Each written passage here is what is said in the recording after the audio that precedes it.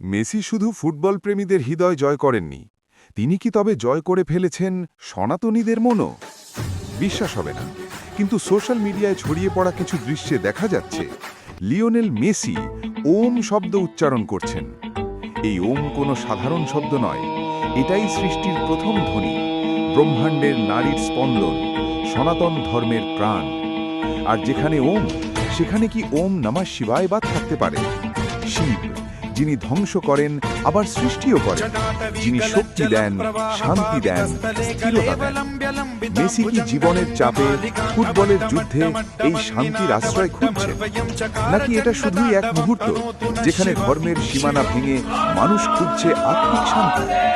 প্রশ্ন একটাই, ফুটবলের রাজা কি সত্যিই ছুঁয়ে ফেলেছেন সনাতনের শক্তি? কমেন্টে বলুন, এটা কি কাকতালীয় নাকি সনাতনের ডাক? ওম নমঃ শিবায়।